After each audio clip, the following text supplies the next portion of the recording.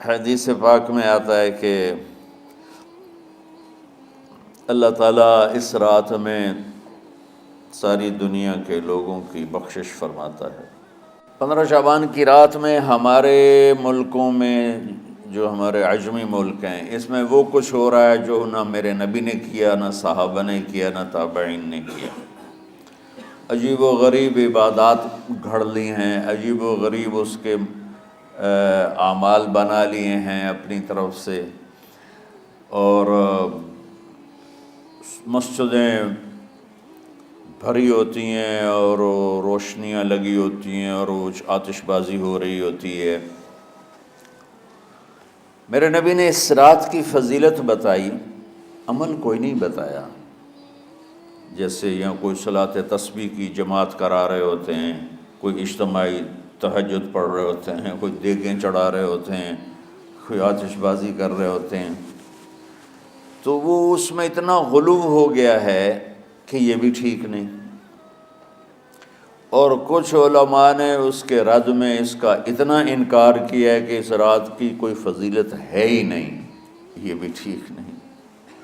اس بیچ کا راستہ، اس رات کی فضیلت میں جتنی احادیث ہیں وہ ضعیف ہیں، لیکن اتنی کثرت سے ہیں کہ ان سب کا مل کر جمع ہو کر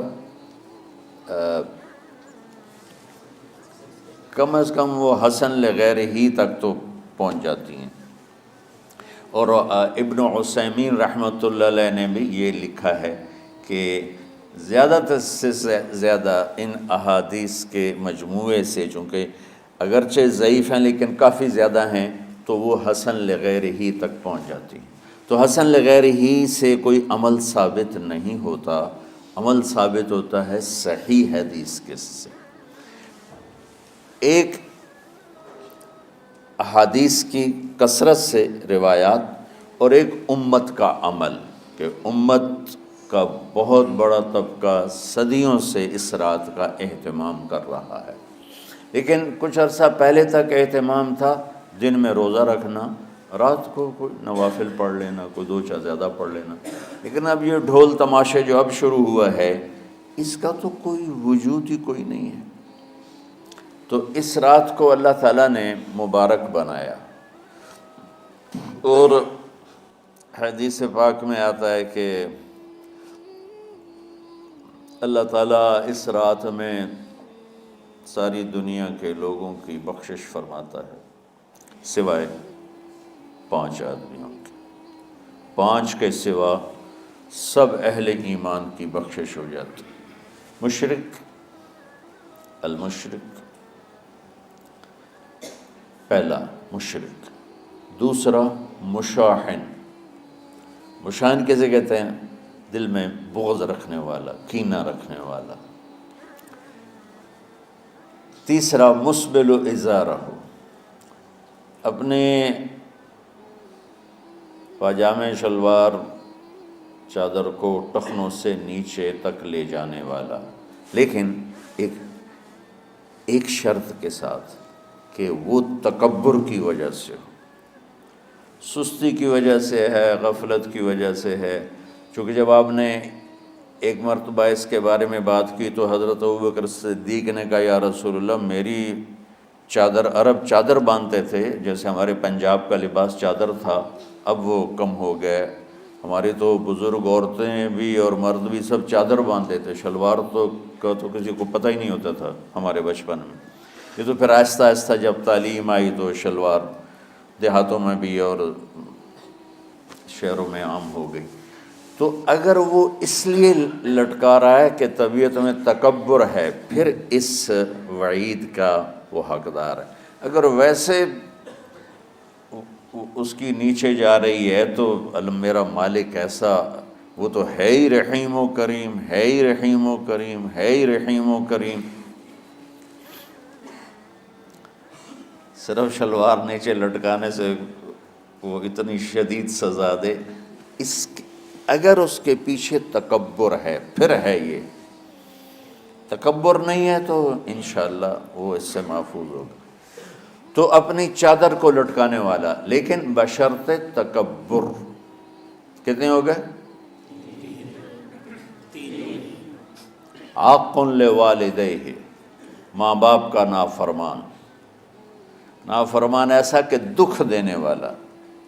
چھوٹی موٹی اونچ نیچ تو ہر بچے سے ہو جاتی ہے، نہیں، جن نے والدین کو ٹکڑے ٹکڑے کر دیا ہو اور ان کو دکھ دے دے دے دے کے ان کا سینہ چیر دیا ہو، چونکہ آپ کہتے ہیں پرزے پرزے کرنا کسی چیز کو، تو اپنے دکھ دے کر اپنی بدتمیزی کے ساتھ اس نے ماں باپ کا دل زخمی کر دیا ہو، ایک یہ نہیں معاف ہوتا۔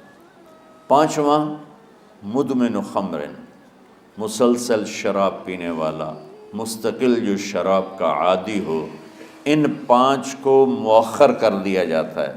معافی نہیں ہونے کا مطلب یہ نہیں کہ اللہ تعالیٰ کبھی معاف نہیں کرے گا، معافی نہ ہونے کا مطلب یہ ہے کہ یہ پانچ ایسے گناہ ہیں کہ اس کی وجہ سے بخشش رک جاتی ہے۔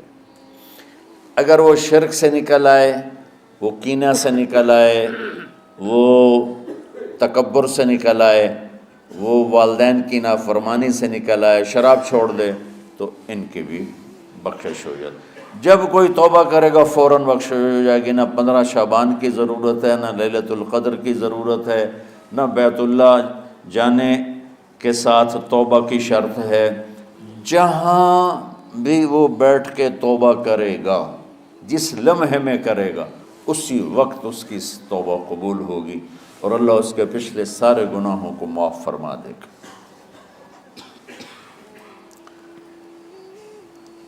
دن کا روزہ، رات کا قیام، زیادہ زیادہ قیام سے مراد نوافل ہیں، کوئی گھر میں پڑھ لے، کوئی مسجد میں پڑھ لے۔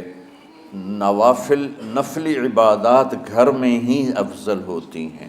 میرے نبی سنتیں ہمیشہ گھر سے پڑھ کے آتے تھے، تہجد اپنے گھر میں پڑھتے تھے، مسجد میں نہیں پڑھتے تھے، سوائے اعتکاف کے آپ اپنے نوافل سنتیں سب گھر میں پڑھتے تھے، اور مسجد میں صرف فرض آ کے ادا فرماتے تھے، اور اس کے بعد بیٹھنا ہوتا تھا تو بیٹھ جاتے تھے، اٹھنا ہوتا تھا تو اٹھ جاتے تھے۔ تو اعتدال اللہ کو ہر چیز میں پسند ہے۔